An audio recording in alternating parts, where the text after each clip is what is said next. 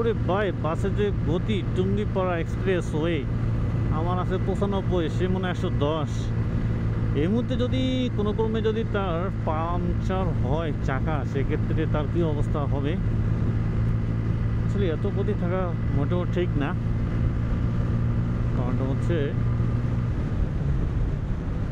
যে কোনো সময় দুর্ঘটনা ঘটতে পারে।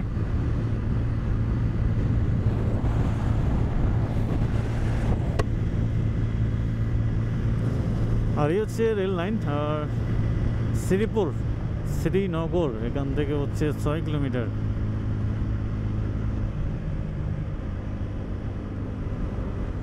শ্রীনগর এখান থেকে 6 কিলোমিটার। আর এখানে হচ্ছে আপনার পুলিশের চেকপোস্ট তেমন দেখি না আজকে, মানে ভয় ভয় চালাচ্ছি।